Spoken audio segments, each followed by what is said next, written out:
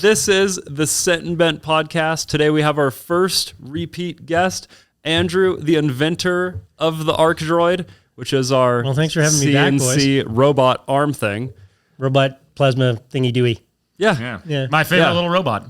Yeah. It's our only robot at the moment. I was going to say, favorite. I made a poll on YouTube, which our people came up with some great questions for you, by the way. I saw a few of those really nice. I hope you didn't show him because we're No. going to go over those at the end of this podcast. Just quality questions for you. YouTube's finest. Well, I'm more than happy to answer them. Although I figured, coming here, I really needed to get my I almost died story down because every podcast now is him almost dying. So Yeah. Well, we just recorded the last episode of Sent and Bent yesterday. Let me guess, he almost died again. Really hope he like doesn't. 6 times. Did you really almost die last night? Or was last night Between yesterday and normal? today, do you have a new story? No, last night.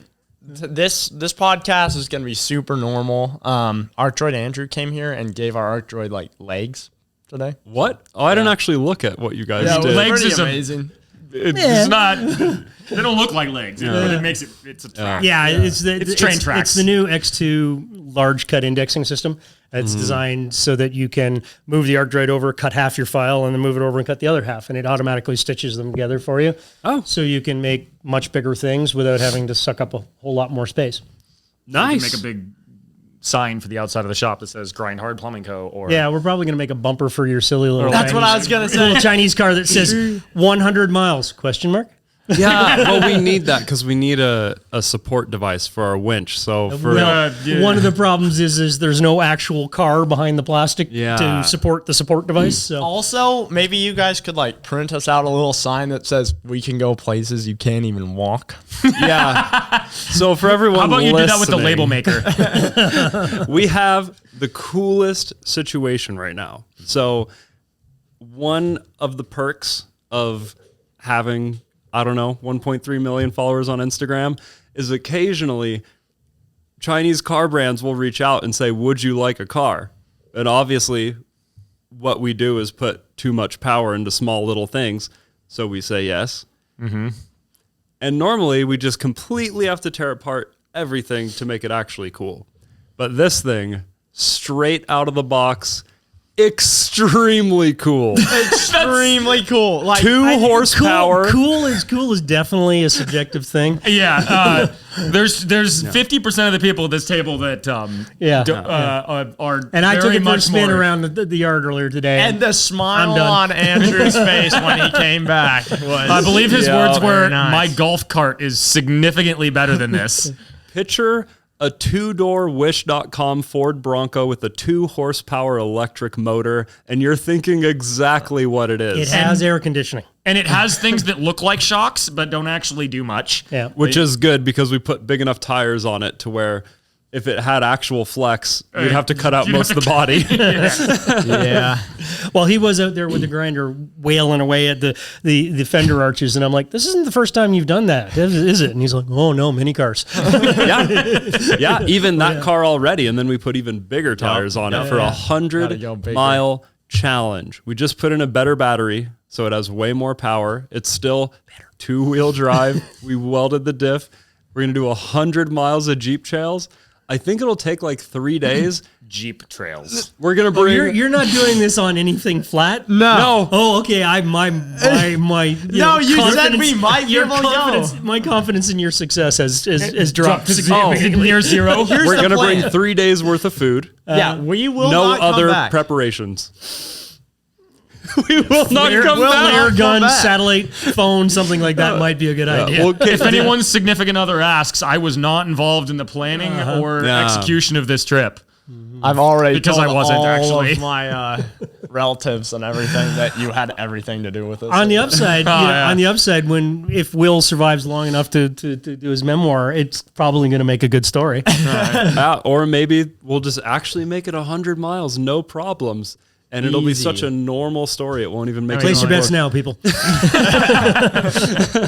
So what is this, your best almost dying story we hear of? Because that I don't is know if I kind have of a what our best one, but podcast turned the into. most I bet he rec- has a lot. the most recent one I can think of is I almost drove off a cliff in Africa. Why were you driving on cliffs in Africa? I was this Go is safari? like 2019, something like that. Friends, I have a group of friends around the world that we go and do motorcycle tours together, and so we've been awesome. like to the jungles of Cambodia and to the Alps to do crazy Stelvio Pass and stuff. But we've been to South Africa a couple of times, and the last time out, me and one of the guys decided we want to do a little bit of hardcore off-roading first, right? So Presumably large adventure bikes. no, well, normally it's large adventure bikes, but we did the hardcore off-riding with like 300cc Okay. KTM, proper enduro bikes, right? And so we were actually in Lesotho, which is this little sort of weird, autonomous principality in the middle of South Africa. And we were banging along some pretty gnarly trails, and we were going up a mountain pass, which is all just rocks and boulders and stuff like that. And when you're dirt biking, occasionally you'll catch a wrong bounce, and the bike will try to stab you into a tree or something. Well, I'm in it wrong bounce, and it went this way, which was a 75-foot drop, and I went into it. I just caught a tree, and just the bike was just. And I'm looking down on if I hadn't hit the tree, I would have went straight over. Did you show me a picture of this? I probably did. I think you started telling the story, and I had a Yeah, I probably did. abnormally clear picture in my mind. I'll send it to you, Ed, when you can put it in the thumbnail or something. Okay, Sounds good. Yeah, but you can see the bike is just kind of sort of hanging over the edge, but it's only the tree that's keeping it from going anywhere, kind of thing. Oh my God. So I'm standing in the middle of the trail going, oh geez, crap. And one of my buddies comes up and goes, "You all right?" I'm like, so that was probably my most recent almost died. You almost story. got into a Wile E. Coyote situation, but with real world physics. Yeah, exactly. So, but yeah, I've rolled cars. You had a stump or like a tree go through one of your Supers, right? No, like that was into actually it. Well, that's more recent, but I wouldn't really Yeah. call that a life-threatening thing because I was strapped in and Yeah, came we out without a talked strap. about that. Your car looked life we threatening. talked about that last. That car's almost back Yeah. together, eh? Yeah. That same car you rebuilt? That same mangled the crap car I showed What you was last left time. on it that you could use? Wait, did you replace the body or did No, we back halved it basically. Like the cage was fine. Like the cage and all the so main you structure just was fine. So re-skinned I it. found a sort of okay donor car and paid a pro to back half the thing. So now I'm bolting all the new stuff back up to it. It's shiny white and it's getting nice new hubs and clean everything. So it'll be a brand new car when I'm done. Wow. You'll be back to rallying in no time. And he's building an even better car. too. And I've got a second car tucked up against the wall now that is going to be the next car, the even better, meaner, faster car. That one will have the proper built engine and the big, crazy, expensive suspension and the dog box and and the rolling anti-lag and everything else. So that That'll one will be nice. That'll be the new one. But it happens when it happens. I don't have the same sort of like time he does to be doing it because he does it for a living. I got a multi country mega business to run on a daily basis, so I don't get a lot of time for fabrication. But you still get it done. You're still going We're up somewhere. to 34 countries now. You know that? Nice. That is 34 awesome. countries? Yeah, including like Mongolia and Liechtenstein and Lithuania and places like that. That's Iceland. crazy. Yeah. Nice. Yeah. When you were talking about dying on a motor or almost dying on a motorcycle, I was like, oh, wow, I've been doing so good. I haven't almost died on a motorcycle since I was 16. And then I was like, oh, wait. Oh wait, there's that time, and then there's This that time. summer, I bought the cheapest over 10,000 watt electric motorcycle on Alibaba. And it has this thing where you give it full throttle and it doesn't, like, it kind of feels like maybe 2,000 watts. And then all of a sudden it has this boost mode thing, which is more like 16,000 watts. And it looped me and nagged me right in the neck. And I was wearing a full face helmet, but the bars landed like right here. And I was like, I don't know if it would have killed me, but that was probably the closest I've been recently. But One of my cheap best possible little things. motorcycle wipeouts was very much like that when I was a teenager, and I had a dirt bike. Would have been mid '80s sort of thing before you were all born. True. And you get into a sand pit or gravel pit. There's always a slope, and then usually at the top there's like a little 3-4 feet of kind of vertical wall where the dirt hasn't sloped at all, right? And I went, and I hit it wrong, and the back end kicked, and handlebars went into the sand, and I went down, and I turned my head just enough to see the tire going, and come down and land on my ass. Oh, I still have the scars. That's And I'm flipping it full and rolling around trying to get out of it. just spinning in gear with the handlebars jammed in the sand, and that's like you see those hill climb bikes. Every time I see a picture of one of those, like some of them have just bolts in the tires, big just 2-inch huge spikes. metal. Oh, yeah. Every time I see one Man. of those, I just Oh yeah, pucker. Those I are don't the want to even look coolest. at them. Yeah. those They're are probably super cool, the though. coolest bikes ever. Yeah, and the guys take R1 engines and stuff like that, Yeah. stick them in CR frames, and then put 12-foot swing arms on them. So, the monster chopper thing that I'm building right Yeah. now, I saw a little clip of a hill climb bike with that engine in it. But it was all Really? stripped down, and that one's dry sump. Well, obviously, I mean, all of those versions of that engine are dry sump, but that one has I haven't looked, I don't know if it's actually part of the engine casting or not, but it's very much integrated to the engine. They'd even removed that and put that somewhere else. And but it looked insanely mean. And it was very, very lightweight. Still had a trellis frame looking thing, but It was an KTM 1190? Yeah, KTM 1190. Yeah, those KTM engines are fantastic. I've They're ridden so I've good. ridden so many bikes different with. I've never actually ridden a bike with that engine in it. I've ridden like the 990, 1190, the 1290. You get a 1290 Super Duke, and it's an insane piece of equipment, and it's so easy to ride. Yeah. And then you put a little tune on it, and it goes from being insane to I'm trying to kill you. It's crazy. I want to build one of those into a snow bike. I think it'd be Oh, the yeah. Hayabusa was fun, but that would be the next. Well, when level I saw snow you bike. riding the Hayabusa, I'm like, I absolutely have to come out in the wintertime and try that one day. yeah, I need a new I almost died story. Yeah, you should have seen the glint in Will's eyes when you said, and then you put the tune on the 1190 and it wants to kill you. Will was like, Will likes fairing bikes though. He likes full fairing. I'm a super naked guy. Yeah. The 1190 the and leader stuff look cool, leader bike nakeds. That's my jam as far as motorcycles go.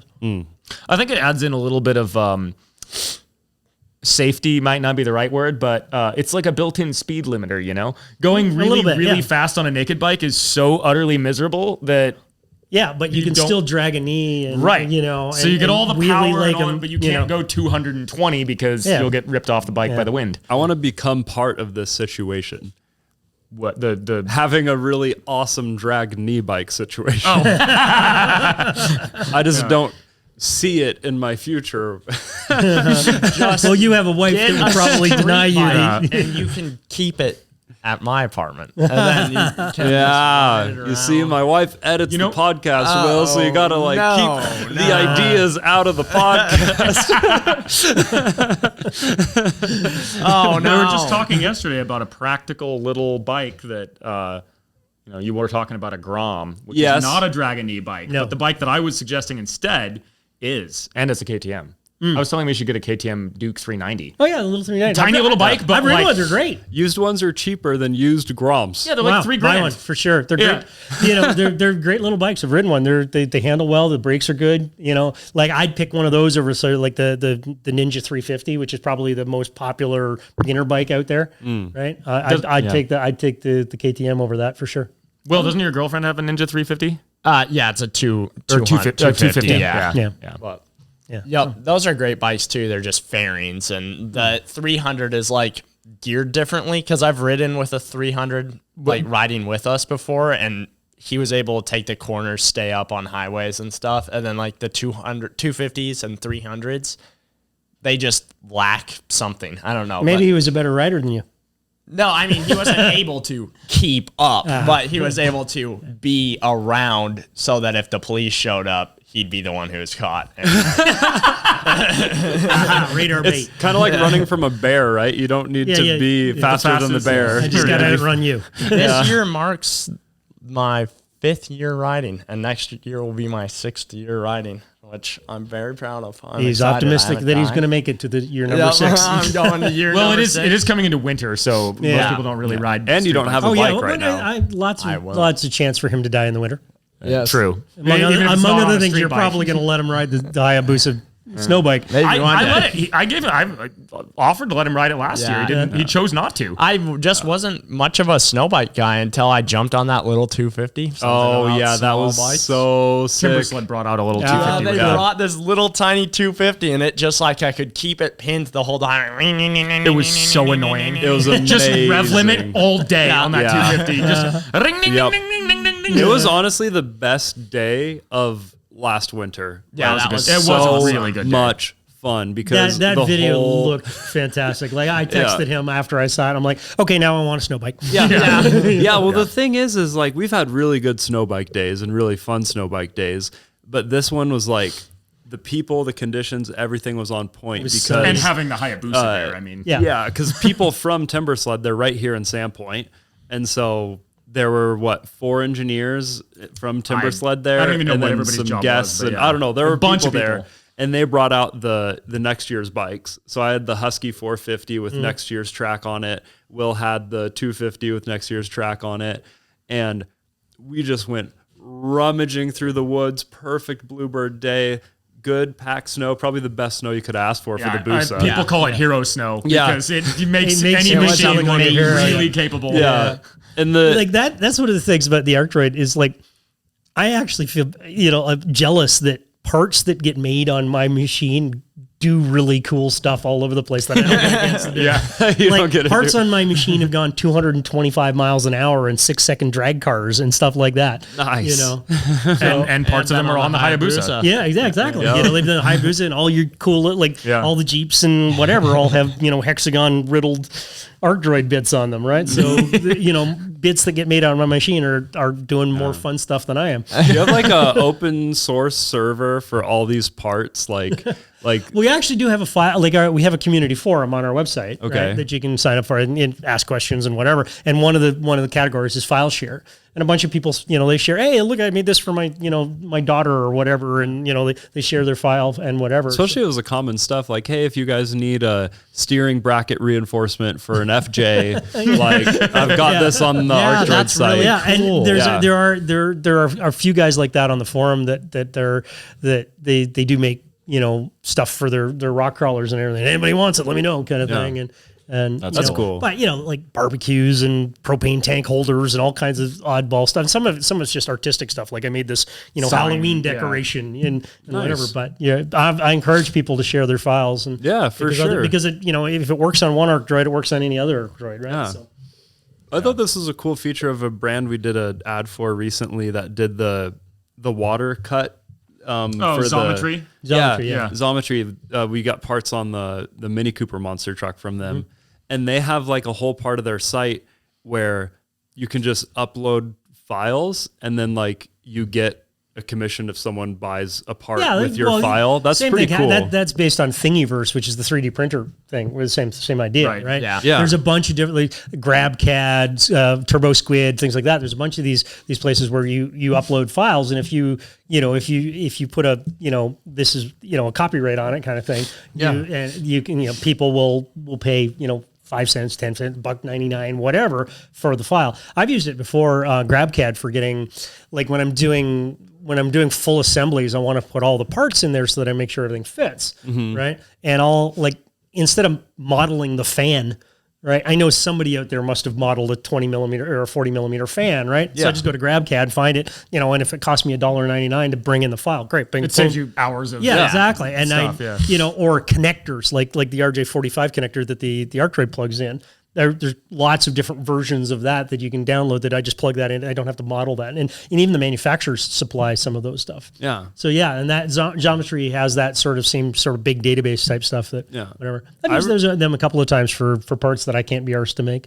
I really like the idea because it's like both sides of it, the getting the part delivered to you and the just getting the file.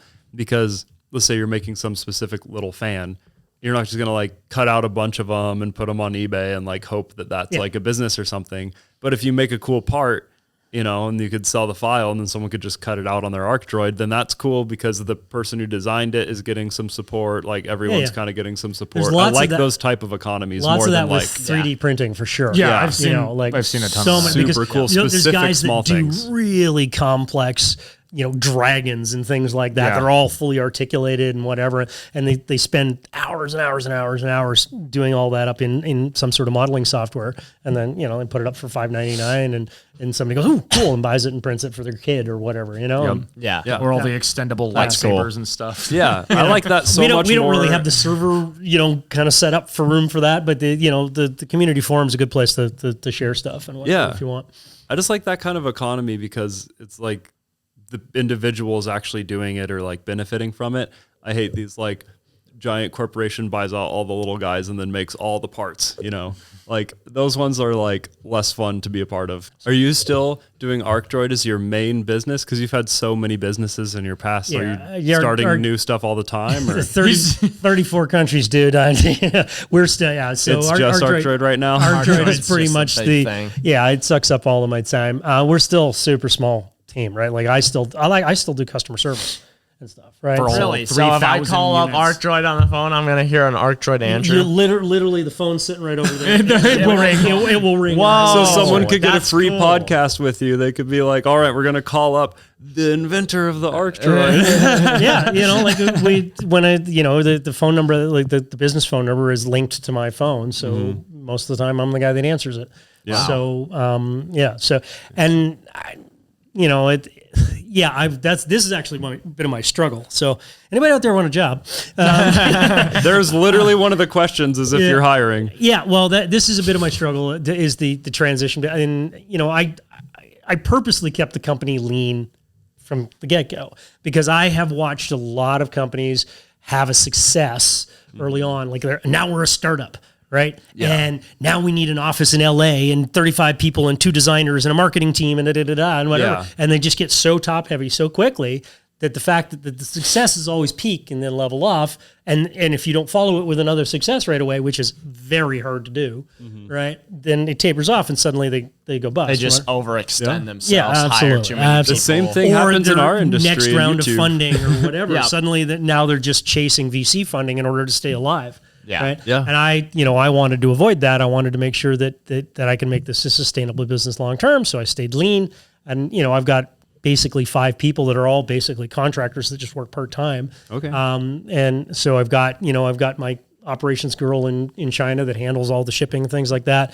I got a colleague there that also handles, he's doing all the IP filings and the trademarks and the tax, like the bureaucracy of things. And then I got a contracted, Facebook ads guy that handles the Facebook ads and some of the social media stuff. And then I got a bookkeeper that does my books. And then I got me, Yeah. And so I do the bulk of the business part of the business most days. But now I'm at that point where I absolutely got to transition. And, either I need a general manager to take over all of the broad spectrum stuff so I can just get back to design, or I need some engineers that I can just, give a task to and say, here, go do this and come back when you got it working. Customer service person, something like that. But all of those things mean in the short term, it's more work for me because I have to finding the I have to person. find them, train them, write the specs so that the engineer understands what he's supposed to be making and things like that. So that this has been a problem most of my life is making that transition. So Yeah. That's the hardest part. It's like you have something, it's working, you need to grow it, but you're also so full demanded with your time just to get to where you are in the first place. Yeah. You don't have the adding time to it. grow it. Yeah. That's why we've never found like a video editor yet. Cause every time like I go through emails or go on sites looking by the for people time I help. teach an editor to edit the way I want them, I could have done it myself. sort of thing. Exactly. Yeah, That's exactly where I'm at. And that's a bit of an eternal fallacy for sure, but I totally sympathize with that. Yeah. It's something that I think we're going to overcome by the time soon. I hired somebody to change the head gaskets in my Subaru, I could have done it myself, right? Yeah, no problem. We'll get it done before I go to work tomorrow morning. You buy 1 or 2 specialty tools and the price tag's already there. So, Yeah, that's definitely how it happens. How many businesses have you started? well, really, like businesses only 2. Right, that's why this business is called 2 AM Innovations because the first one was called AM Innovations because Andrew Miller, right? I thought it was because you started the business at 2 a.m. That's the double entendre, of it, right? Right. But each iteration of the business has done multiple different things along the way, right? So it's not like I started an auto shop and it was only an auto shop And for then 30 you years, started right? in this shop. Yeah. Oh, okay. Yeah.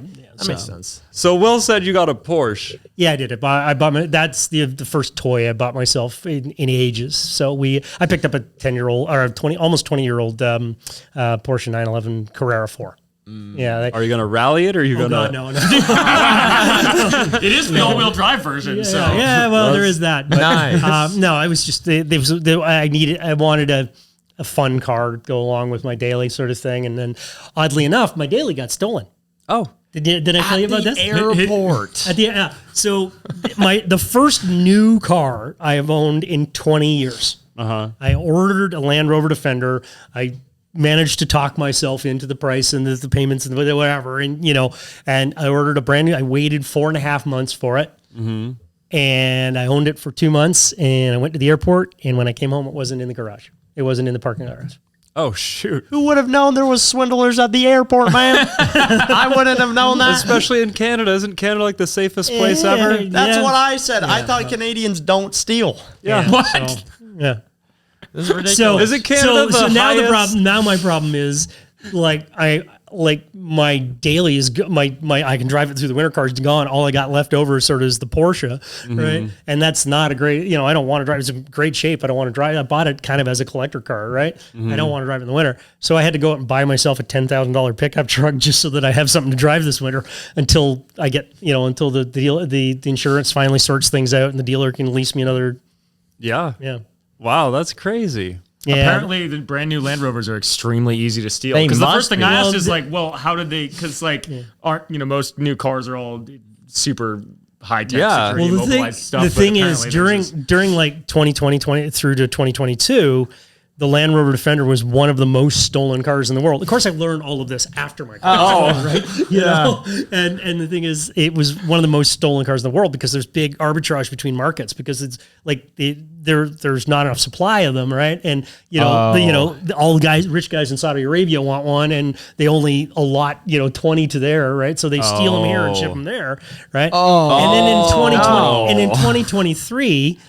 Land Rover announced the new broad spectrum, cryptography, super encrypted, can't steal your car, software. Well, no. apparently that didn't last very long because mine disappeared. I still have the keys, which are now the most expensive thing I own by weight.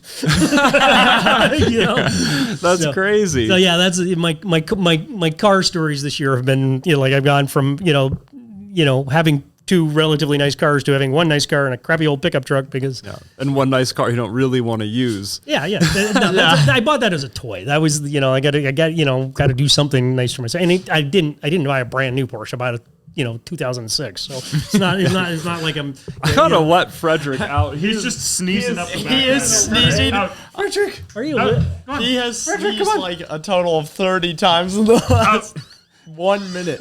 I don't know if it's picking up on the mic, Steven, but it was at least distracting. That's so us. funny. It's part of the charm of the grind hard compound. really is. This Yes. miscellaneous I'm animals. so excited to be back at this podcasting table, not in like a little machine. Like that was really fun, but this is way more. This is kind of comfortable. the. And it's a heck of a lot original warmer podcast. in here than Yeah. it is in the shop right It now. is Yeah. so cold. Yeah, what do you think about the grind hard compound? You've been away for was it last It's year? You guys- basically a little just over a year. just a smidge over a year. I was here September of last a year. lot has changed, huh?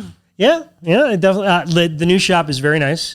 I suspect in 6 months, when it's just as crowded as the old shop, because you've moved so much stuff in there, you'll be wanting a bigger shop. Well, that's the thing. Is in the spring, I'll start building my shop in town, and then we can just shove stuff. Oh, in. so all the stupid electric stuff goes into your shop. Yeah, yeah, for sure. If I have an exceptionally bad idea, Ethan can normally talk me out of it. Like, I don't want that sitting in my yard. It's well, then what are we gonna do? So this is Edwin's bad idea storage. Yeah, bin. exactly. Pretty much. Yeah, and we're gonna take the merchandise and stuff a lot more seriously this coming year. Yeah. So we just need a place to do it. Yeah, because you're doing like merch out of your garage, aren't you? Yeah. Out of his house. And we're doing man, a little lot of tiny orders garage. out of my garage. So it's like every time we get a new shipment, it's like it's kind of unmotivating. We should just put the Arc Droid on your e-store, Yeah.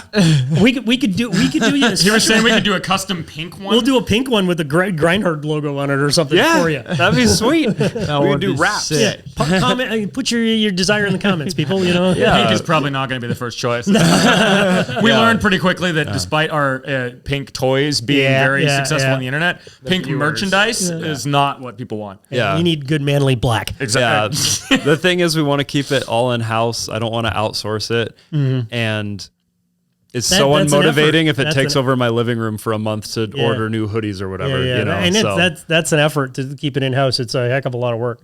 Yeah, it is, but we get quality control. We can do returns instantly. Like it's personal. Like if you buy something from us, you're actually buying it from us, and I want to keep it that way. And, you know, like I keep a lot of control over my business too for the same reason. You know, like when you go to our website and order something, like I know about it because I pay a lot. Like you know, like I review the orders every day and stuff like that. So.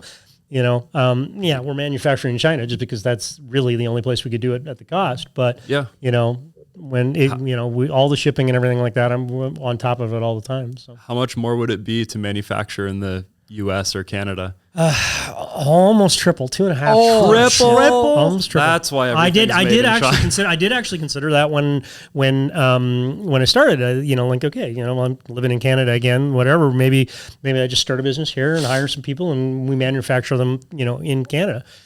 Part of the problem is most of what goes into it comes from Asia anyway.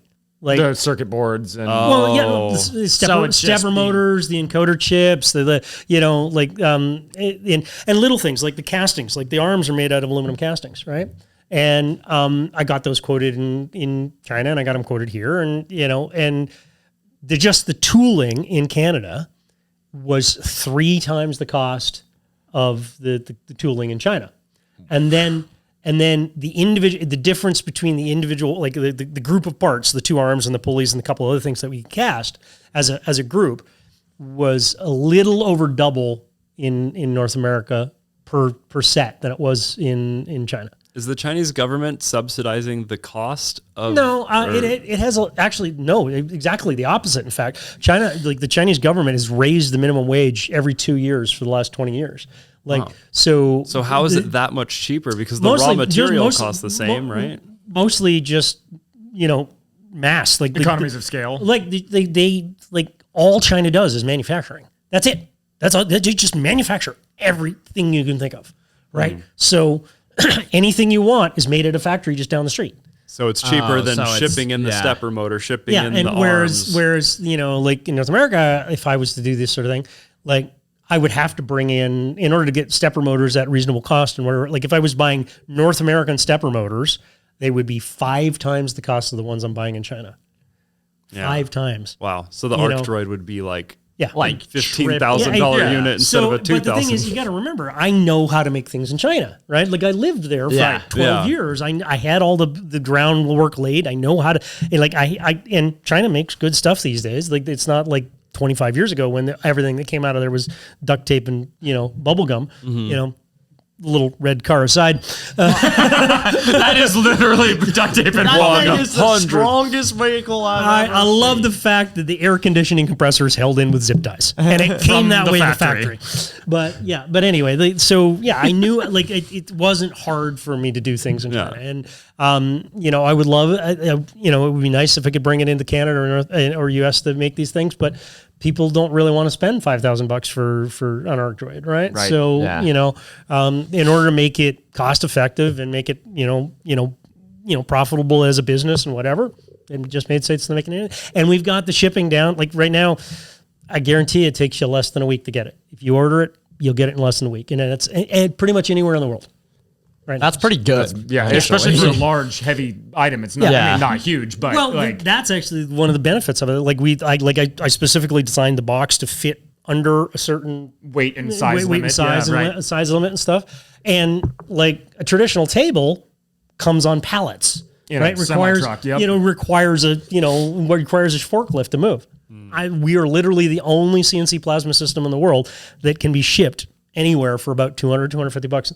Oh, Anywhere in the world. That's a big deal. Has anyone started trying to copy that design? Haven't seen anybody physically do it yet, but people have tried to ride on our trademark. Like like every couple of days, I get on Alibaba and search Arc Droid, and somebody pops up. They're selling a $50,000 table, but or a robot. They're riding on, but the they put Arc Droid in there. Yeah, so I have people that chase that stuff. Yeah. We've got a law firm. I would assume that it would be a problem because it is such a great idea, and it's made.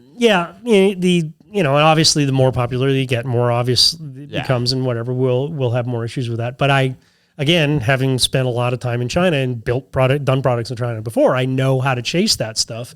And we have a firm that is hired specifically to chase trademark and chase patent infringers. And it's the Chinese government is pretty good at actually shutting these knockoffs. Are like 20 years ago, knockoffs were everywhere. That's all they made was knockoffs. Nowadays, if they're not making a legit product, or they try and sell a product that they don't have the trademark or patent to, it's pretty easy to shut them down. Oh, that's good. I get the impression, because I love buying weird swindly machines on Alibaba, I get the impression that all the coolest ones aren't real. They're just there to test the market. Because I send so many messages and they're like, get back 3 weeks later, would you like this or this? Well, a lot of what's on Alibaba or particularly AliExpress is trading companies, not manufacturers. Mm-hmm. And that's one of the real good tricks of being able to search Alibaba, is knowing the difference of which one's what, right? And I'm pretty good at it because I've dealt with a lot of them. But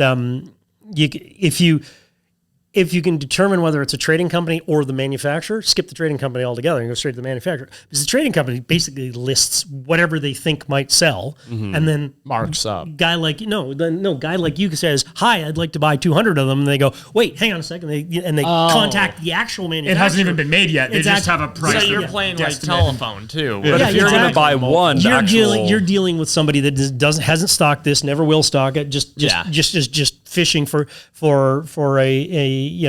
an order that they can then take to the factory and negotiate a dirt cheap price on. But then there's all these cool 6-wheel drive 4-wheelers and stuff. And when you send them messages, they're like, "Oh, would you like it like this or this or this?" And then you can't actually buy one. What's going on there? Are they just testing the market to see if people are actually inquisitive about these things? Well, yeah. And again, those are probably probably trading companies. But yeah, some of the really bizarre, swindly stuff, they're just throwing stuff at the wall, hoping that maybe somebody will buy this. I saw an 8-wheel drive fire truck that was kind of in the style of our little red Chinese car. And I was like, that's the coolest thing ever. And I tried to buy it. Some dude from Saudi Arabia calls them and said, "I will take 3 container loads worth of those 6-wheel fire trucks," then they'd actually get a call back. They'll build them. Right? But if I'm there, I want one. Then they're not going to respond Alibaba's to me. not Amazon. Right? It's not there too. There's a thing, want it, buy it, ship it. There's a thing that somebody might be making. Yeah. Right? If you buy 3 containers. If you buy enough of them, they'll get the people in, and they'll get the whatever, and they make it happen. Right. That being said, there's still plenty of legit manufacturers where you can purchase individual things, and you can buy cool stuff from China. Do you remember, let's say probably about 10 or 15 years ago, Chinese ATVs showed up everywhere? Mm-hmm. Right? Oh, yeah. I guarantee you, your local power sports guy had to row them out in front of his thing because he could get them for $500. There was a lot of side-by-sides that way at SEMA when we were there. Same thing, right? Yeah. Where are the Chinese ATVs now? I was wondering that. Would you like to tell me where they are now? They were crap. People bought them and went, "Oh, this is cool," and it broke down 10 minutes later. And that's the kind of thing I like. So what happens is that? But what happens is somewhere in that that glut of Chinese ATVs that showed up, one of the manufacturers actually started making good ATVs. And I guarantee you can still buy their ATV, but it might be rebranded as somebody else's, or they make parts for whatever. But the Hongbao and the Yilang miscellaneous, we taped it together with some Hope type ones, all disappeared because they didn't have any repeat customers. Exactly, you don't have a repeat customer. Right now, actually, the one I just noticed is becoming the new glut is mini excavators. Mm-hmm. Where you Like, can buy an super- excavator on Alibaba.com? No, but the China, yes, you can. Oh, you can buy enormous ones, but these are little mini, like they're the size of this table. like 0.8 ton or 1 We ton. could or tow 1.2. it with the tank. Yes. No, you yes, could not. yes. No, you could not. It's still much. You could tow the tank with the excavator, but you could probably lift the tank with the excavator. But these probably. are little tiny mini excavators, right? Okay. And so they're but they have the just good enough kind of quality that you would expect but those are suddenly showing up all over the place. And they sell for like 9,000, 10,000 Canadian dollars, right? It's like, say $7,000 US, which is way, way, way cheaper than a real excavator, right? But still more than I want to pay. Like I've got a couple of holes I want to dig, right? So like I'll do a $5,000 excavator, right? But they've started showing up at like auction sites and stuff like that, where like these, there's 12 brand new Chinese excavators being sold right next to a $100,000 Kobelco, 25-ton whatever, right? I guarantee you in 2 years, those things will start popping up on Facebook Marketplace for $2,000, get it out of my driveway kind of thing. Because something will break and then... Well, among other things, they all run on like a 13 horsepower Briggs & Stratton motor. Oh. Right? How many people do you know have thrown away lawnmowers because they can't figure out how to get it to start? Yeah, right? a lot of Because the carburetor needs to be cleaned. Exactly. Or It sat in the barn for a year and a half, and they pulled it out and couldn't get it running, so they just went to Home Depot and bought another lawnmower. Same math. You got a little cheap Chinese excavator that you bought and went, oh, well, this is kind of full, and you dug some holes, and then it sat in the backyard for a year and a half, and then you're like, oh, I could use that for something. Then you put some gas in it, and it won't start again. You get rid of it. But I guarantee out of the whatever number of companies that are making those cheap Chinese excavators, there's one that's making a fairly good one and will start making a better one and whatever. So you'll see the bottom end of the market move up a bit. And that same thing happened with ATVs and side-by-sides and things like that. The bottom was down here, and then eventually it moves up a little bit. So the bottom one's pretty good. They were truly everywhere during that time. It's just like, bam, like overnight, they just all showed up. And dirt bikes too, like the Chinese knockoff like 250s and whatever. Yeah. All of those. Yeah. So that sort of thing still happens a lot in China, because it's not necessarily that they're building bad stuff, but they're building stuff to maximize or like to make it as cheap as absolutely possible. Right. Because there literally is nothing in that price point, right? So you cannot buy a $9,000 excavator of any other brand anywhere in the world, period.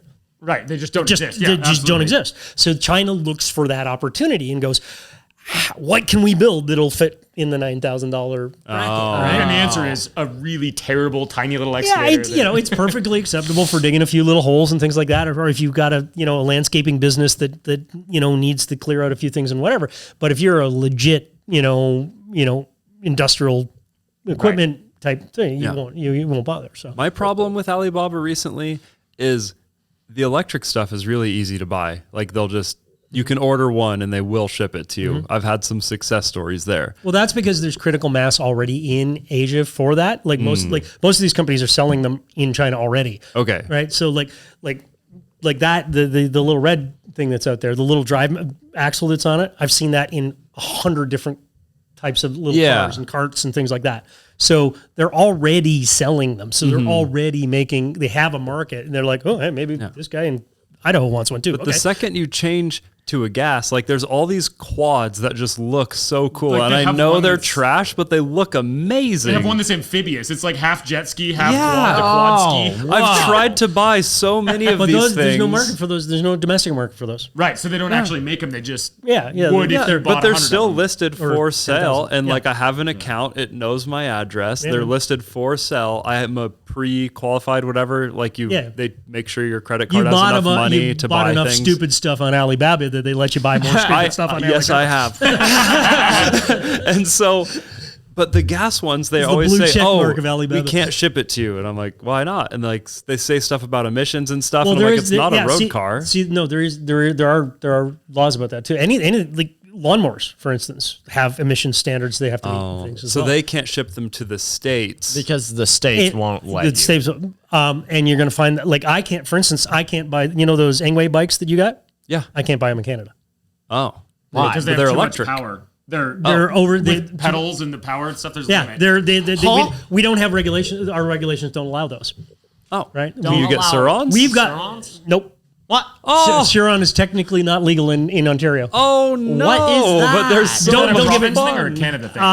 It's slightly different province to province, Yeah. but there is, for the most part across Canada, there are wattage and size battery size limits on electric bikes. Do you think that will change as they're recognized more as like a dirt bike type of thing instead of a bicycle thing? Like, is it an issue with it being categorized as a bicycle? Well, no, it actually has to do with anything with a motor, basically the fact that it's self-propelled, Right. In fact, you can't buy an electric motorcycle in Canada. You're going to buy an electric bicycle in Canada. Oh, even it like the has to brand have- name ones it coming has out of to have Austria? pedals. Possibly those guys have jumped through the hoops to get the Okay. certification. But so our Chinese e-bike sellers, right, in Ontario that sell e-bikes that have little 500-watt hub motors and rinky-dink little pedals that stick out. Their pedals are very vestigial and not useful in any way, but it technically meets the rule because it got pedals. Oh, Right. So but those you can buy and ride on the road without a license and insurance, right? So There are more manufacturers now that have gone through the hoops to be able to license their electric bike technology or electric dirt bike technology and whatever, but there's still a little bit gray market in So there's just, particularly in there's just a Ontario. lot of hoops to jump through to make it. There's more hoops, and then So it's not like an outright ban on electric dirt bikes. It's just that they're very hard to get. Yeah. There is no, like, I can't go and buy an electric dirt bike. I'd love to give one a whip one time. I've driven electric motors, like a street bike, but I'm not like a Bramo. But Should have had Edwin bring up his Suron. yeah, I should have. Yeah. The one that really bothered me was because my favorite thing right now is the e-foils, the surfboards with the electric pack inside the board, and then you got your hydrofoil. Fly over the water is the best thing ever. These are supposedly illegal in Canada, and so is every type of electric surfboard. Yeah, like any of the electric stuff we haven't got, like rather than building a set of regulations that made it easier to do these things, what they did is went, ooh, that's dangerous. Let's make sure we curtail what they can get away with. And it's mostly a wattage thing, and mostly like the amount of current that you can pay. Because Really? like a 500-watt motor won't get you up on foil. Yeah. You need a 2,500-watt, like outrunner, crazy ass 4,500 RPM or 45,000 RPM motor in order to get the thing up on plane, right? And the reason, like in the US, they just haven't put those regulations in. Do what you want, and once people die, then we'll figure it out. Canada's all a like, safety let's thing. figure it out before people die. I suspect what you're going to see is regulations will open up to allow more of that stuff because green, right, and electricity is the future and whatever. And I'm sure the population has a demand for it. Yeah, and there's definitely a demand for it. And whatever, but but it'll open up as a regulation, not as a free for all. Oh crap, we should probably stop that before it gets out of hand, which is basically what's happening here, right? Right. Yeah. And state to state, you have different regulations on Surons and things like that as well. There's some states, and particularly when it comes to cities, right, where cities will ban bikes of certain sizes and shapes like that. So you get a municipal law that keeps you from doing something stupid on a 4,000-watt Engway. My philosophy is do as many wheelies as possible before cops start to carry multimeters. That's my life goal. oh my gosh, because cop busts out a multimeter Right on now, you. like the electric bikes are just no one does anything about them. You can because they're quiet, so nobody calls to complain. Yep. And you don't have a license for it or anything. Nobody cares really at this point. It's I the watched best Matt thing ever. Farah, he's a automotive journalist, got a podcast and YouTube channel and whatever, Smoking Tire, and his favorite statement is, if you want to drive like an absolute dickbag, get an electric car. Right. Because you can just drive it like a lunatic and nobody cares because it's not making the crazy noises and things, right? Yeah. So there's I never missed the opportunity to race at a stoplight, and I've never had a cop look at me in the Tesla. exactly. And our Tesla is very unique and damaged. Exactly. But it's so much fun Cletus to humble McFarlane gets out there with a 1,200 horsepower ratty old Mark IV Supra with rolling anti-lag and does 160 miles an hour in 5 seconds on a Florida highway, and nobody blinks at him. Well, that's Florida. Why are we talking about Florida 2 podcasts in a row? Because Florida's a very interesting place and a very good place to be if you're a speedy boy. The more I hear about Florida, the more I feel like I need to be there. Arc Droid parts on all of Cletus's cars, by the way. Oh, nice. Really? Yeah. Ty, his fabricator Has an Arc Droid. Yeah. That's super Nice. sick. Yeah, so some of the Arc Droid tabs and things like that have done like 225 miles an hour in 6 That's seconds on awesome. mullet and Nice. stuff. So yeah. Yeah, we keep Yeah, trying to get- and actually Kevin Smith from KSR, who was one of the original guys that built the initial chassis for mullet, he's got an Arc Droid too. Cletus keeps Wow. inviting us to do his races with the 24 hours. Crown Vics Yeah. and Oh stuff. yeah, definitely Or do it. 2.4 hours. And yeah, we 2.4 want hours to. of lay mullets. Oh, But why then- haven't we done that? Well, I'm always trying to get him because he comes up here to do his jet boat thing every September-ish. Yeah. For the jet boat racing stuff, and I just want to get our jet boats together, but I can't make that happen. I want to do 24 hours in a Crown Vic. Well, it's 2.4 hours. It's the 2.4 It's not 24 hours. hours. It's lay It's- mullets. We should do 24. yeah. He's invited us twice, but both of them was like super last minute because somebody Yeah. else bailed. And one of the times we were actually super busy, and the other time, I don't Yeah. know, we took was- day too long to respond, and he'd already given the slot Yeah, to somebody yeah, else. yeah. Or, Yeah, I get the feeling that Garrett is a very, very busy man. I think so. I don't know how you could be anything but that at doing what he does. Okay, I've learned to fly a helicopter. I've learned to fly an airplane. I bought a racetrack. I organized 5 events. I went 6 seconds in a Also in a got Corvette. married and had a kid. Got married, Yeah. had a kid. He's got another one on the way. Had to go to He's- court for the racetrack. Yeah, he's Also, that man just like flies RC airplanes all over the Oh place. yeah, Oh, yeah. yeah, I got into that too. Yeah, well, Yeah. he was flying RC airplanes when he was young, apparently. So it Yeah. was just like an extension of I have a lot of admiration for that, though. If you can set up your YouTube channel in a way where you can do kind of whatever you want and people will still Well, you watch guys it. have done that. Yeah, in a lot of ways. But we still are within the like ridiculous vehicles, branch. We Yeah. haven't But really at the gone same outside that. time, if you guys put in organized an event, like if you did a grind hard cars and coffee, people would show up. Oh, yeah, for sure. Yeah. Like like Cletus and Cars was his his first big swing on being an event organizer, and now he's doing pay-per-views and he's renting Bristol, which is a massive Really? stadium. Yeah, like they do they did their Danger Ranger 500 at Bristol on the dirt track, and it was absolute mayhem. I so- missed that. So That's wow, awesome. There's a bunch Yeah. of Ford Sweet. Rangers doing a 500-mile which race. rear-wheel drive Ford Rangers should not be raced on a slick dirt track, banked dirt track. That's terrifying. Very few It was- Rangers survived. Very few Yeah, survived. I It think was- that's where like the heads of the grind hard guys come together with what people like to see on YouTube, because we want to do the things that shouldn't be done genuinely. and Yeah, I want to build things that shouldn't be built. Cletus You is- and Edwin want to, or you and Will want to go on adventures That that should shouldn't be not done. be even contemplated. Yeah, but it's not like something we need to force. I think No, that yeah. like, and I've talked to Ty as well from Cletus's guy, and Garrett is very level-headed about all of this stuff, but he's very specific about how he controls the media and things like that goes along with it. Yeah. But he decides he wants to do something, and he finds the people, finds the whatever, and just makes it happen. And he just and the problem is he just keeps finding new things to do that happen to cost $100,000 every time he starts it. So Yeah.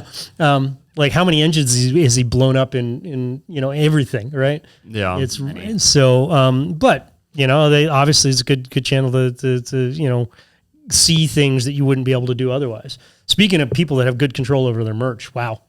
Like he's got a building that's bigger than your shop that's just the merch building. see, that's exactly what I'm That's trying to build in ridiculous. Sandpoint. There you go. There you go. That's crazy. Yeah. So What were Yeah. you saying about our videos though? You were saying We genuinely want to do these things, and right. I see a lot of people kind of just copying the Mr. Beast, copying because like a lot of people want to be YouTubers for like, I don't know, like the sake of being a YouTuber kind of. And it is really cool, and everyone should definitely try to do it if they're into it. But it's like to do something that you're genuinely passionate about, you can't beat that. Yeah. Because it shows. It's the only way that it's ever going to work Yeah. as Absolutely. a channel. Like, you Well, have to be passionate. one of the things about being a creator is you must first be creative. Yeah. Yeah. You know, Yeah, So- and passionate, because that's one thing I've been trying to just get AI to make good YouTube videos because I'm a nerd. And I was just telling these guys the other day, it's like there's just no Siri, write me a passion. thumbnail. Yeah, you say, literally. He was sending us group Yeah. chat texts of thumbnails for Scripts, their images, 100-mile challenge. editing. It chooses the voiceovers. Like you can basically do The all of it with AI. killed Will in the thumbnail. Oh, Yeah. you wouldn't believe. It did. He had a thumbnail, and then he The told us to first put Will robot in. uprising, and he's first against the wall. What I used to do is if we came up with an idea or something, I'd just picture it in my head. What's the thumbnail? You know, what's going to get people to be also share our vision for this idea? Like for Ethan's Monster Chopper, for example, that we just posted, it's pretty obvious. Let's set up the big tires, the motor, hold your hands out like it's a chopper.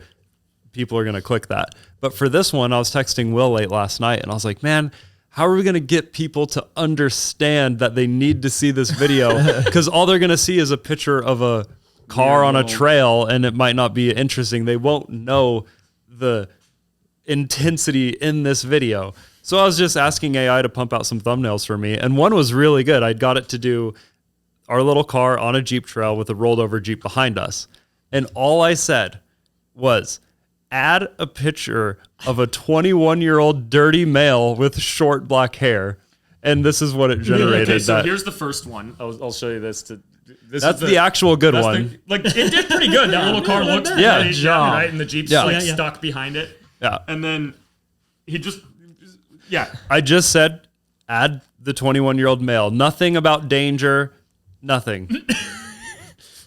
the Jeep has killed Will. Yeah. AI does not like you, Will. I like the fact that Edwin now has a chiseled jaw, large pecs and arms. And then Will's run over by a Jeep. For everyone just listening, it is a Jeep literally running over Will, This is is what one of the AI things did. they found with ChatGPT and you know and the other like the visual ones and whatever is that they tend to trend toward macabre stuff, right? Like you start with, you know, what is Midjourney or whatever, and you go, you know, draw me, Donald Trump riding on a Pegasus with a rainbow in the background, and they do that, and then you say, okay, make it more exciting, and then he's got a rocket launcher or whatever, and then and then as it goes, and then suddenly for some reason the unicorn is just a skull rather than like it's really odd that it's. I have a theory for that actually. What's the theory? Because I'm very interested. Well, all these like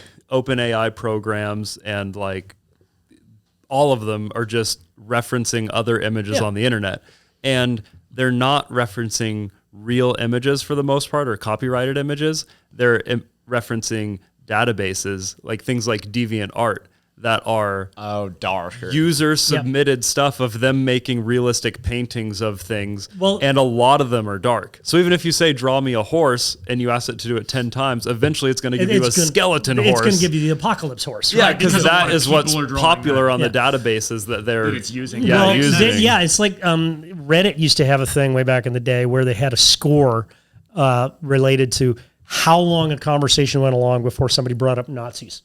And on Reddit, really? it was probably Nazis. 2 sentences. Yeah, so literally any conversation, any kind of subreddit, any kind of conversation got started, and it would start calling.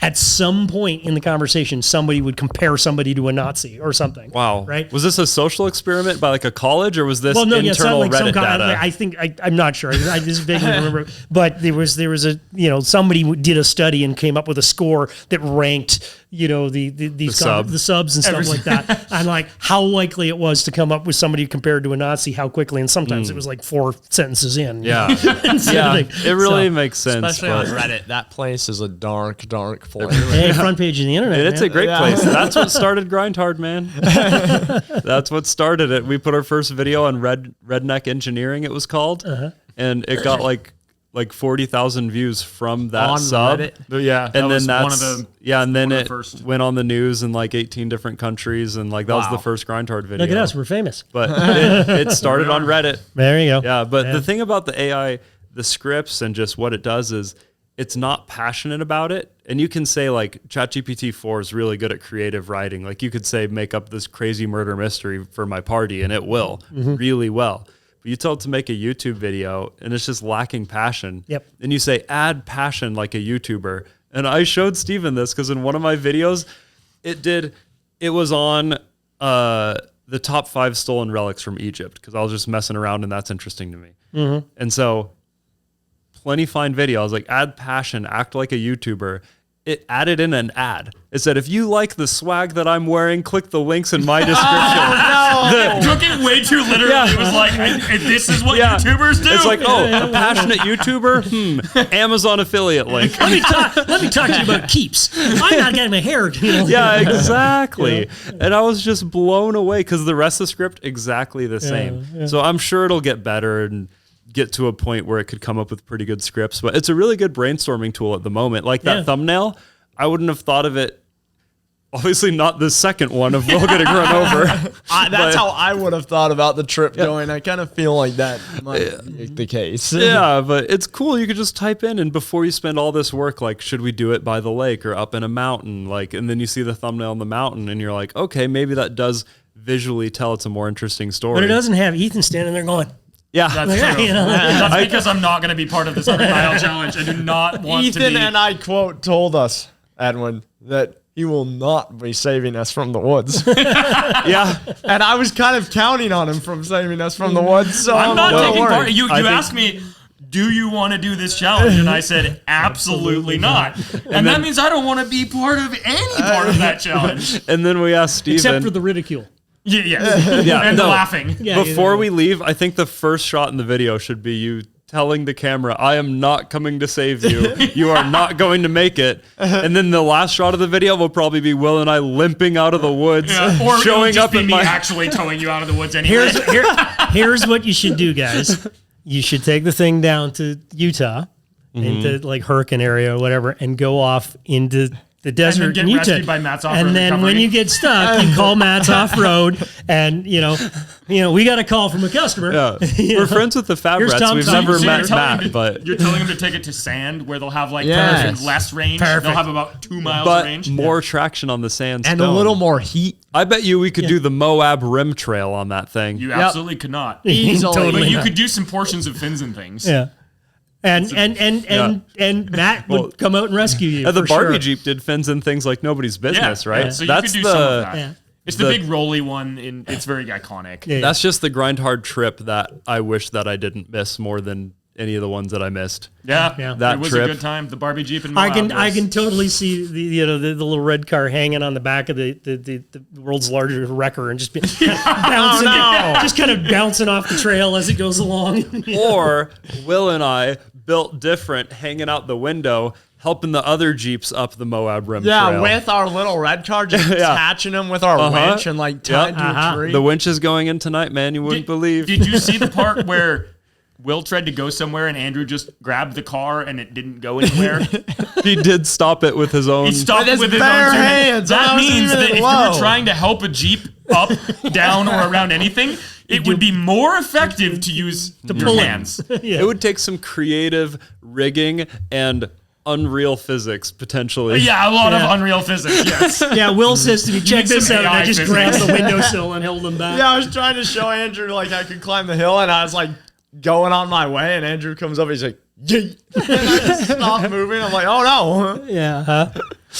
That car just really gives you like a feeling of freedom. You And know when you get your confidence. first car? I do think taking it to Moab would be very entertaining. Like, if you want to make it look like you guys are really stoked on its off-road capabilities, which Yeah. are Yeah.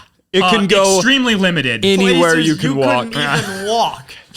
But my point is, if you want it to look like it actually is kind of good at off-roading, Moab is the perfect place. Oh, yeah. You have unlimited traction, and most of the stuff looks extreme, but is actually like really not that hard to do.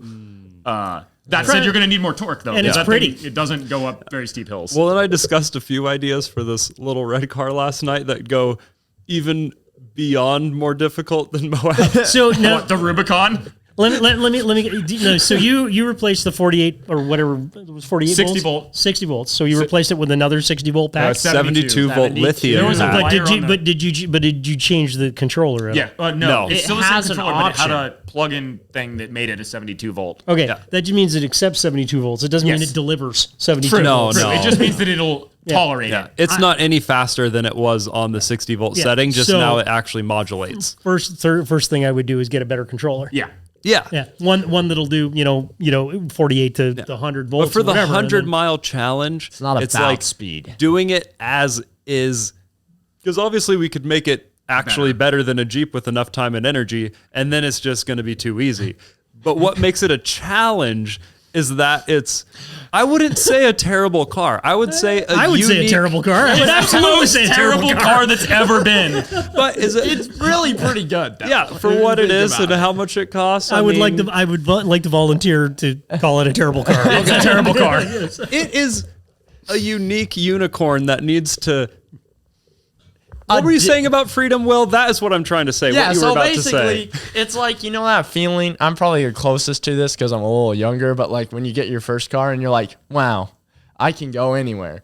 And then you go through that experience, and now I have the red car, and I'm like, now I can really go anywhere. If I want to cruise around the property during lunchtime or something, I can go wherever I want. I could go from Ethan's to Canada on the mountain passes in that car, and I'd be fine. Right. Yeah, we could go from here to Montana. This podcast. I feel that's Welcome to that's well Lucid put. Dreams with Will. What? That there's a lot of fiction in the podcast? No, that's actually a comment we've been getting a lot recently. Is people just think you're making up your stories? Will, that's why we need to I get was your talking parents about on the that podcast. just yesterday with the other podcasts we recorded that people probably think it's fake. Yeah, but no, it's a real thing. I didn't realize. Em's been going through all the podcasts. She was like, "Yeah, is there a way to like verify Will's stories? Like, we'll have his parents on." Yeah. That would be a premium. I mean, it would verify some of the I will stories, wait. I but will watch that one. Inevitably, his parents don't know or weren't around for his stories. But I think it's just that so many things happen to one person that is hard to That it's believe. unbelievable. that's But true. it's like, how could you come up with your wolf story out of thin air? Yeah, that You one my can't. parents can verify. So when did you learn that your son was a lunatic? well, I can ask my mom about that. My mom was his teacher for well, We have a lot of first through people. 6th grade or When something. did you first through give up 7th grade. on Will? She spent so many days at recess trying to teach me how to write 4 because draw 4. Like the number I could 4? not draw. I could not draw 4 for the life. Will has like a generational unacceptance of numbers. Yeah, like his dad can't handle numbers. Yeah, Will I can't just handle numbers. avoids numbers Really? at all I costs. hate numbers. Yeah. Hence the propensity for not paying attention to the speedometer. All numbers. He just numbers. No, I do notice I must have been doing No 40 numbers. or 50, but he's doing 103. I do notice occasionally you measure something with the tape and then you put your thumb to where it ended and then you put it on the steel and then mark where your thumb is. I have seen you do that. Do you add things up like 14, 15, 16, 17? 18? I think No, he goes. Mark. Yeah, He doesn't like the numbers. No numbers. Yeah, there's a lot of like little marker marks on all our rulers and stuff. A lot of those are for me, just like over. Oh yeah, just you mark with a Sharpie where you're gonna measure the next thing. well, I think now that you're working for us full time, a lot of your stories are going to be captured on camera because for the Yes. majority of your awake life, you're being filmed. And Think about how many stories he had from one weekend of not being here. Yeah. 3 days he was gone. but he and then had we proof. That was on his Snap story. True. But I'm just saying, like, that was, you were saying most of his awake time. Yeah. You're forgetting that he doesn't sleep. He does stupid stuff here. He does really stupid stuff elsewhere. But see, that's what like one of my main reasons for wanting to help find editors is so I can be up here and helping with videos more and get more videos done and just make the videos ultimately Yeah, and more eventually interesting. you're going to have to hopefully. spin it off into a Willie Grindhard. But a big reason channel, is so we can do the things Swindle like Brothers. You can just start a the whole new Swindle channel. Brothers. The Swindle Brothers. Which is what this 100-mile challenge is going to be. It's going to be the first video that we make together, that we take 3 days of me not editing, to go and film it into the woods. Things are gonna happen. This is gonna be a podcast worthy story no matter what happens. That is about the only Last night- true thing you've said about that little red car. Last night, Will said, this red car is going 100 miles if I need to push it barefoot through the snow. And I was like, Will, that's exactly what we're going to be doing. Best case scenario. Absolutely. Yep. If you want a good exemplar, I cannot remember the name of the channel, but there's a British guy that took one of those cheap $3,000 mini Jeeps with the 110 horsepower To Moab. to Moab, horsepower. and he drove it 1,000 miles to Moab. Yeah, that looked pretty miserable. I watched Yeah, that. there was a lot of miserable and a lot of pushing it uphill in the snow stuff. Yeah. So, yeah. Oh, But Will and I are doing it together. In fact, he's a full-time YouTuber, so you could totally connect with him and have him narrate pieces of it for you. Okay. I've suffered like this before, but I wasn't quite as dumb as these two. That definitely a good crossover episode for sure. yeah. Meet up with him somewhere in the middle of nowhere and In our red car, and he'll be like, Oh, wow, yeah. that's impressive. We got to figure out how to get it road legal. Yeah. I'm busting out the comments because you aren't going to yes. believe how great these Questions. comments are. All right, bring it on, people. By far and away, the number one comment, this has 3 times more likes somehow than any other comments. I don't know if you have this on your Instagram or something, but does he prefer high socks or short socks? why do people care? Do people see your socks on the internet or? But I'm kind of more of a long sock guy. Like right now, I'm up to mid. Wow, calf, that's a maybe little long high. sock. I'm more of a long sock guy. I'm also more of a long sock guy. yeah. Okay. Sometimes medium socks, the ones that are really short, the ankle, like the ones that are below your shoe, Oh, yeah, those are terrible. Yeah, those are the stupidest Miserable. socks ever. All they do is fall down and get under Yep. a heel. And No, no. I'm a long sock All right. dude. Yep. Well, second to the top question is pertained to Arc Droid actually. Does Andrew long socks. Are you planning to design a tubing notcher attachment for the Yes, Arc? it's in the list. This goes back to that discussion we were having earlier about transition. Part of where I'm a little bit frustrated now is I'm a bit behind on the development of the new stuff. Like I have a whole list of new things, and a tubing notcher is on that list. Both an accessory for the existing Arc Droid, but also a standalone system that uses some of the same technology that goes into the simple trace technology that goes into Arc Droid. So that you don't have to know that these two pipes come together at 70 degrees. You can just kind of go, this is good, and then put it in the machine, and it will follow what you. Yeah. So What the devil? That is awesome, because I can never figure out. I'll be like, oh, it goes here, and then I'll notch it. and it's it won't wrong, be- and you got to take it over to the grinder, and whatever. Yeah, That's very So cool. yeah, that is definitely on the list as an upgrade and or standalone machine. But development time and whatever. I've already done a little bit of experimentation, and I have a the skeleton of a design, but we need time to work on okay. it. So. That's nice. Well, I don't know your qualifications specifically on this question, but it is number 3, top voted question. And I think you're just going to have to answer it the best way you can. If my house is 3 miles away from the gas station and the speed limit is 35 miles an hour, why has it taken my dad 18 years to get cigarettes and tape? Oh no! Maybe he's harsh. maybe he's driving a little red Chinese car. That's probably the answer. Yeah. Okay. Maybe we'll find him on our 100-mile challenge. Yeah, there's just Dean. some skeleton leaning up against the lamppost with a pack of smokes and a roll of duct tape, and I almost made it. with a little electric. Yeah, exactly. Oh, I think there's let's see here. We've got, how do you feel about goth girls? I'm pro goth girl. Okay, cool. My first crush Well, was a there's- goth girl. Really? Like goth light. So, I'm pro goth girls. Nice. My People- wife is covered in tattoos. Oh, nice. Cool. So That's awesome. Steven agrees with this message. So a few people have asked similar things. I'm going to go for the top voted one. What's his shop setup like? What are his favorite personal projects? And what are you currently working on? Shop setup's fairly simple. I have an 1,100 square foot shop I built myself, much like him. As much as watching him go up and down that scaffolding was giving me PTSD flashbacks. So I have it has morphed from just being a workshop to being office and workshop because I need to have an office to do everything, and then about half of it is dedicated to Arc Droid and its Arc Droidiness and things, and the other half is Subaru rally cars that aren't going nearly as quickly as I'd like them to be and whatever.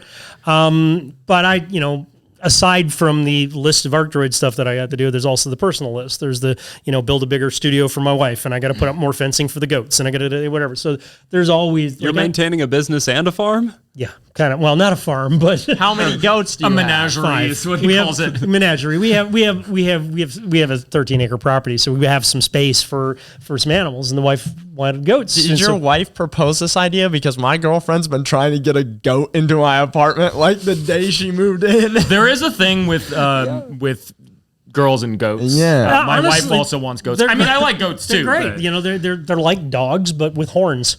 Oh, well, they can produce something useful, right? Goats give you milk at least. Not these goats don't. Oh, so they're like a dog. Three of them are males that have been fixed, and 2 of them are females that haven't been bred, so no milk.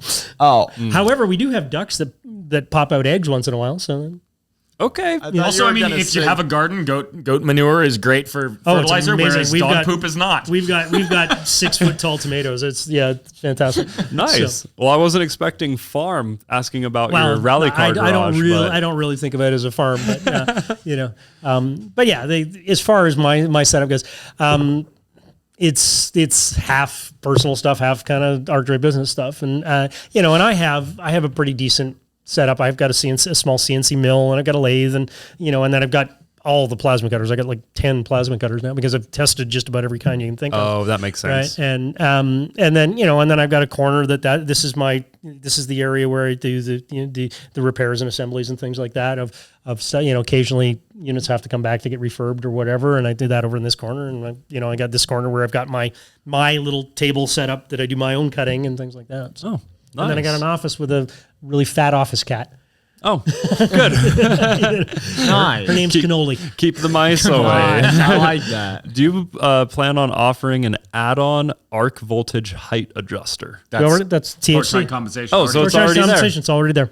Oh yeah, we have it. Yeah. It does require your plasma cutter have a good 50-to-1 divided output, right? Rather than raw voltage or whatever, which is our new one. And because part of the reason we if you have an Arc Droid and you accidentally touch the top button and it gives you a little error, THC is locked out. Please contact us for whatever.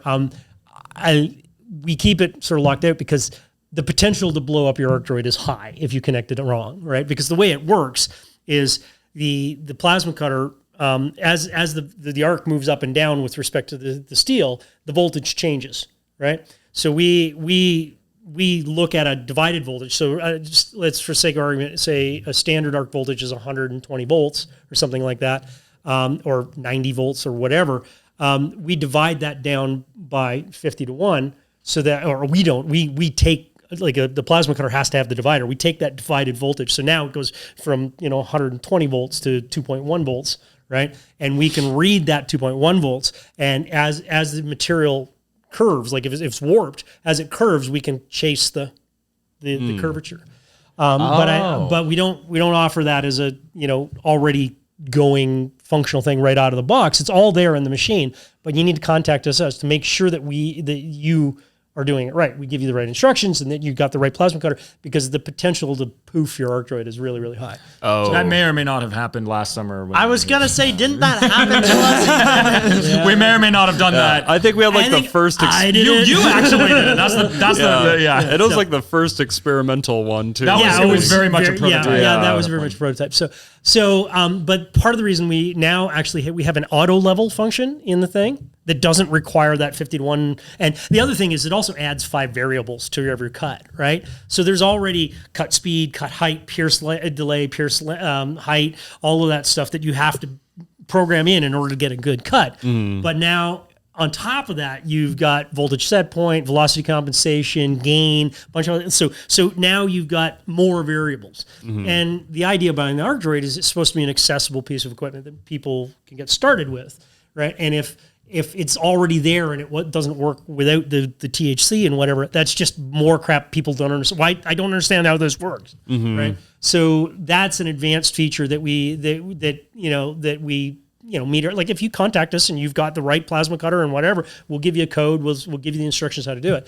But it is very easy to blow up your machine if you're not careful. So we like to let people know that before they do it. Yeah, that makes sense. That's good. That makes sense. This one, I think people are trying to decide if you're a psychopath or not. Oh, So no. be careful the way you answer. There's days I wish I was. To be honest. Does he pour his milk or cereal first? Oh, I'm a cereal first person for sure. Okay, I think that's you the only answered correct correctly. answer there. Yeah, exactly. I toilet roll over the top, not down the wall. You know, I'm normal that way. All right. Well, I don't know if this guy's asking about management, but the guy looking for a job is named Blake. So if you get an email from a Blake, Yeah, send us an Maybe. email. if you have appropriate skills, let me know. I think that's all the ones that had likes. I think we've pretty much got Or all the ones that we can actually I saw you put on scroll YouTube. past one here. There's somebody that, here's another one that you have to be very careful how you answer a given present company. What's your favorite YouTube channel? You talked about a handful today. I know you watch a lot of YouTube. I watch so- like that. I don't watch regular TV. I haven't watched regular TV in years. So, favorite YouTube channel probably moves around a little bit, but Inevitably. but I can honestly say I do very much look forward to Fridays when your stuff comes out.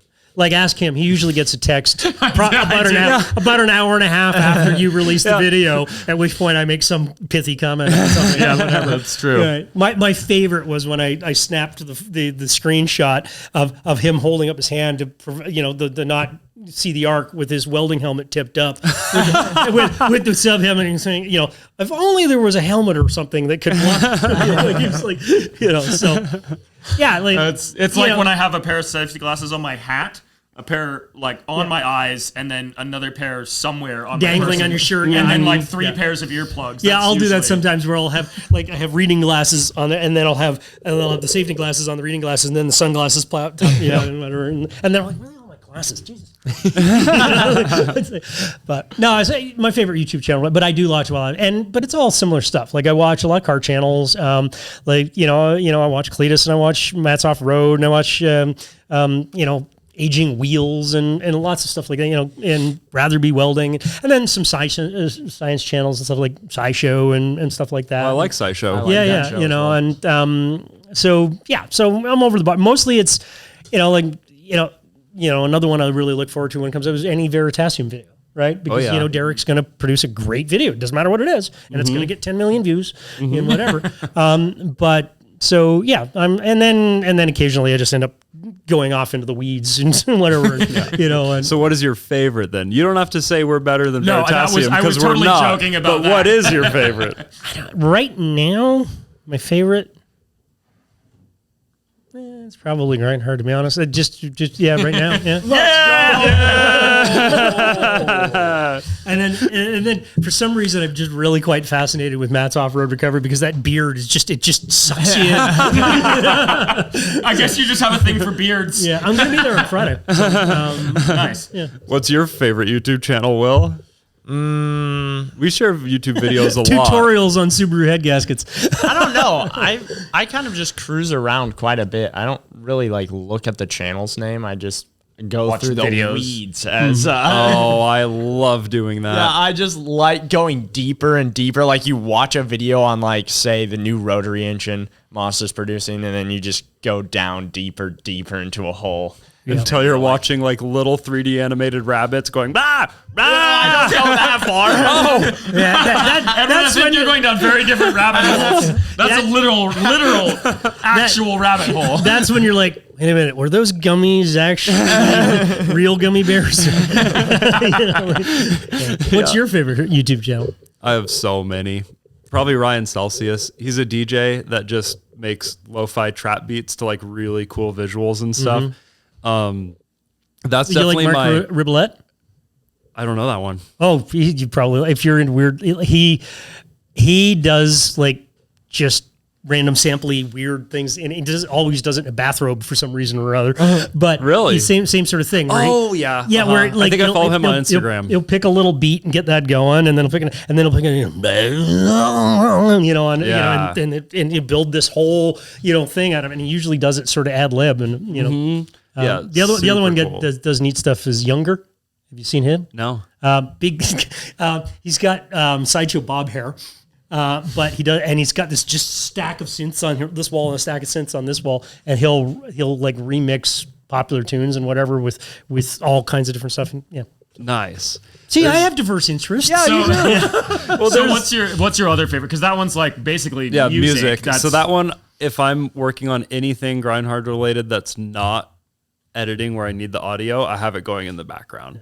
And then there's this guy who does really, really good documentaries on Arctic machines, like the big US one with big tires that didn't last very long. And I'll get his name because the people listening to the podcast need the channel is just his name. But wow, he's really passionate about, like, anyone who's just showing something they're passionate about. That's my favorite. And that's why he's my favorite right now, because he's so passionate about the engineering, the history, the actual adventure itself.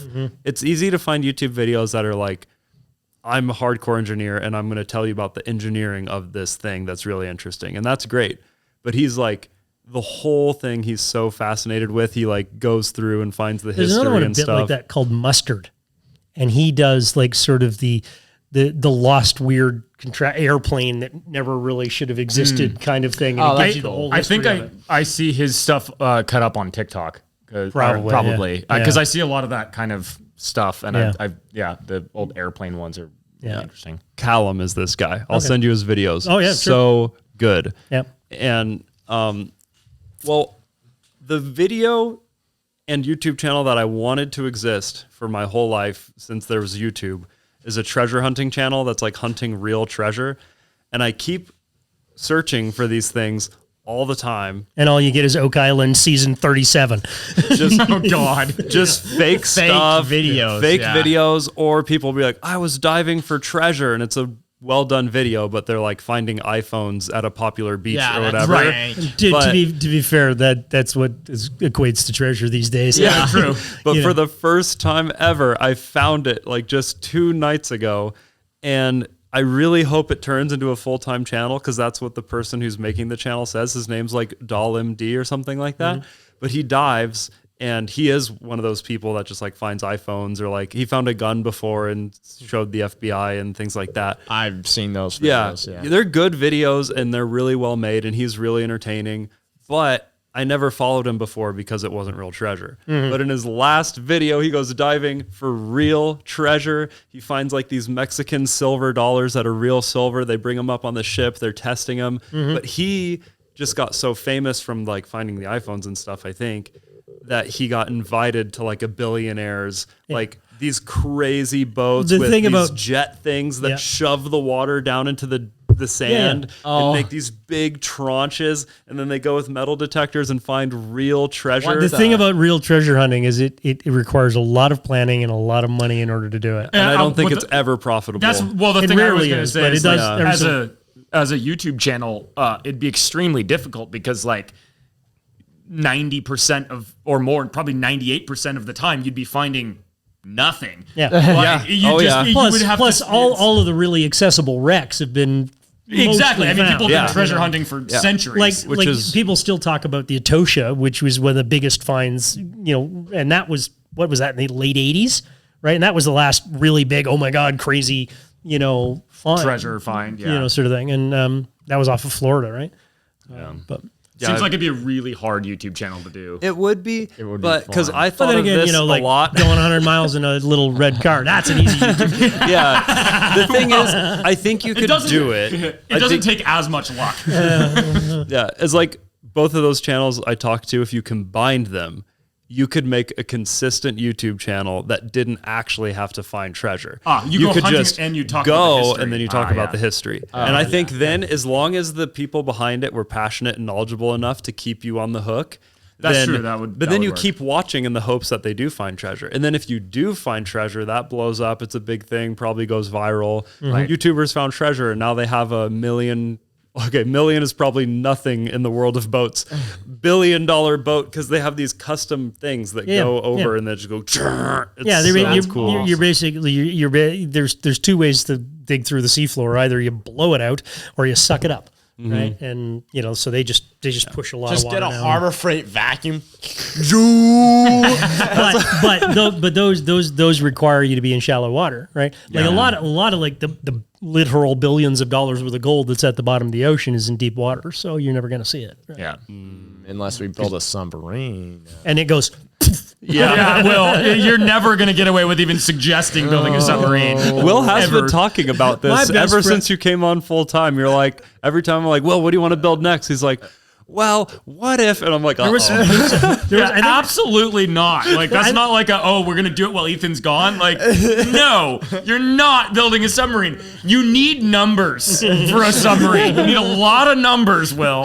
There's I think it's a Polish channel or a Russian channel that did build a submarine out of like, the big propane tanks that we usually call submarine tanks. Yeah. They took one of those and built an actual functional submarine out of it. Put themselves in a tube, and then they went exploring, which I think is just so cool. But back to the favorite YouTube channels, there is this channel I started listening to, and then I stopped listening to it. It's called Basically Homeless. Have you ever seen that channel? Like listening, like as in podcasts, no, or watching it? Okay, watching it. I was just clarifying. He is amazing. He can play video games with like an onion. Like what? Yeah. He can What does that mean, Will? It's literally this man can make a controller out of a piece of bread and play Starfield or something. Oh, like he puts Arduinos and stuff in things? No, he programs things to do, he made a 2-stroke PC, out of a little tiny I've seen his, engine. The 2-stroke computer I've seen. And he tries to win a COD game on a teeny tiny screen or something. It's just so interesting that someone's doing When and do something ludicrous. That's a good motto for YouTube. Yeah. Do something that's over the top and just you can't believe what he just did with the but tickle a genuine interest. Yeah. Like my favorite gaming channel, I'd say, but I don't follow a whole lot of gaming channels, but I subscribe to probably over 1,000 YouTube channels and watch pretty much all of their videos. You're a maniac. And my favorite, what gets me up in legitimate business research. It is. No, I mean, I'm not saying it's not. Yeah, I just can't imagine that. I'm always studying algorithms. You better be writing off that $10.99 for YouTube Premium. I should. I don't write it off. That's a good idea. It's a business expense for you, dude. But there's this guy, Virtual, with a W, and he does Trackmania videos, a game that I've never played and probably never will play. And he does 40-minute documentaries on Trackmania, this game that I have never played and never will play. But you've watched But it. he's so passionate and he's such a good storyteller. I just absolutely love it. It's so interesting. Yeah, see, I'm not a musician by any stretch. I have no musical talent, whatever. But I subscribe to a couple of because they're Charles Berthoud, who is a amazing bass player, but he looks like a geeky engineer, but he gets a bit and he just slaps some finger taps and then turns things in and whatever, and so it's just kind of cool to see somebody that's really good at doing something and whatever. Yeah. YouTube is for some reason I like a good bass line. Yeah. Well, I think everyone can get behind that. But I think that's the coolest. Good bass line, goth girlfriend, life is free. You're good to go. But YouTube is just the coolest thing ever because you can justify doing things, you can justify building things, you can get an audience for things that you really couldn't any other way, or get paid to do things you couldn't any other way. And it's full circle to the democratization of building parts or whatever. Yeah. YouTube is the democratization of just entertainment. Yep, for sure. I think about an element of what you just mentioned a lot with vehicles and stuff, about how many vehicles, I mean, including the ones I build, but just combined all the different automotive YouTubers, how many totally absurd vehicles are being built currently and have been built in the last, since YouTube has become a big thing, that have no right to exist and would never ever have been built for any out other to reason. YouTube. Like the 8 turbo Mustang that boosted lifestyle or whatever. Yeah, He did. Like he's got an arc droid too. yeah, like no one would ever choose to do that for a practical reason. It doesn't. Or just think of like how many 1972 Dodge Bonnevilles that have been, or Dodge, Pontiac Bonnevilles that have been buried in a forest for the last 30 years.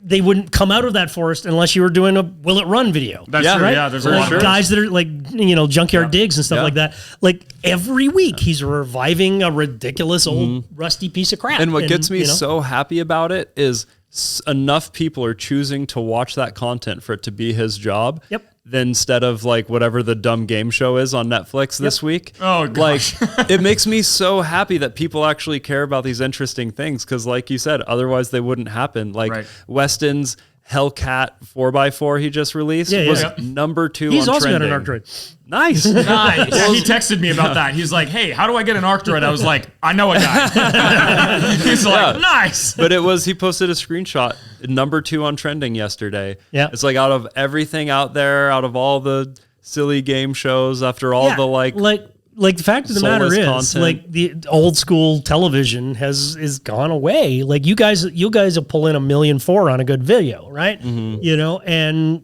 there is no mainstream television show right now that pulls in $1.4 million video. Yeah, Mr. Beast gets twice as many views as the Super Bowl on every single video. The Super Bowl, which is the Super Bowl largest. is the most watched thing. Yeah. It's just so bizarre to think about. But and you think of all of those Discovery Channels, we're going to lose the shop shows and things like that and whatever, and there's tons of them. I don't watch them. Yeah. I'd rather watch Kevin from Junkyard Digs try and get a crappy old Chevy running with a pair of pliers. Yeah, because it's real. It's authentic, and then everyone has their own way of telling their story and filming and music. Right. We were talking about favorite YouTube channels. One of the ones that I watch is Matt from Diesel Creek. And he's also got an arc droid, but I basically give anybody I like, I give him an arc droid. Well, it's good that you genuinely like YouTube because you knew who to reach out to that was actually going to use it. Matt, his thing is going and getting like big old equipment like bulldozers and I could get really into that. excavators. Yeah, and crap I'm going to watch this when I get home. Out of the forest or whatever and buying a crappy old one. No, I mean I could get into having the machinery, not watching it. I don't want to watch someone else do it. I want the machinery. The annoying thing is, I find myself looking at Facebook Marketplace and looking at like a 1972 Fiat Alice loader, for $4,000, going, yeah, that's a good deal. I should go look at that. And I'm like, you, Matt. So yeah. Oh, he got it before you? No. He doesn't have a need for it, but now because he watches his stuff, he wants it. Yeah. I'm like mad at Matt for making me want like a 25,000 pound yellow piece of rusty steel. I guess that's why they call them influencers. Yeah, that is why. I just hope we're not influencing people to do 100 miles an hour in Barbie toys too much. You absolutely are. Unfortunately, Speaking of which, I want to go drive a couple of the new. Yeah, we gotta go drive the Colonel before it's dark. We should do it before it's dark. Is that where we should wrap it up? Do you cover what you wanted to talk about today? I had no agenda coming into this. I think we had a great really happy podcast. to be Yeah. A second time on the podcast. Yeah. You'll have to come back in the winter for episode 3 of and also drive the Hayabusa. Oh, for sure. We should end on a thoughtful thought from Will. A thoughtful thought. Wow, put me on the spot.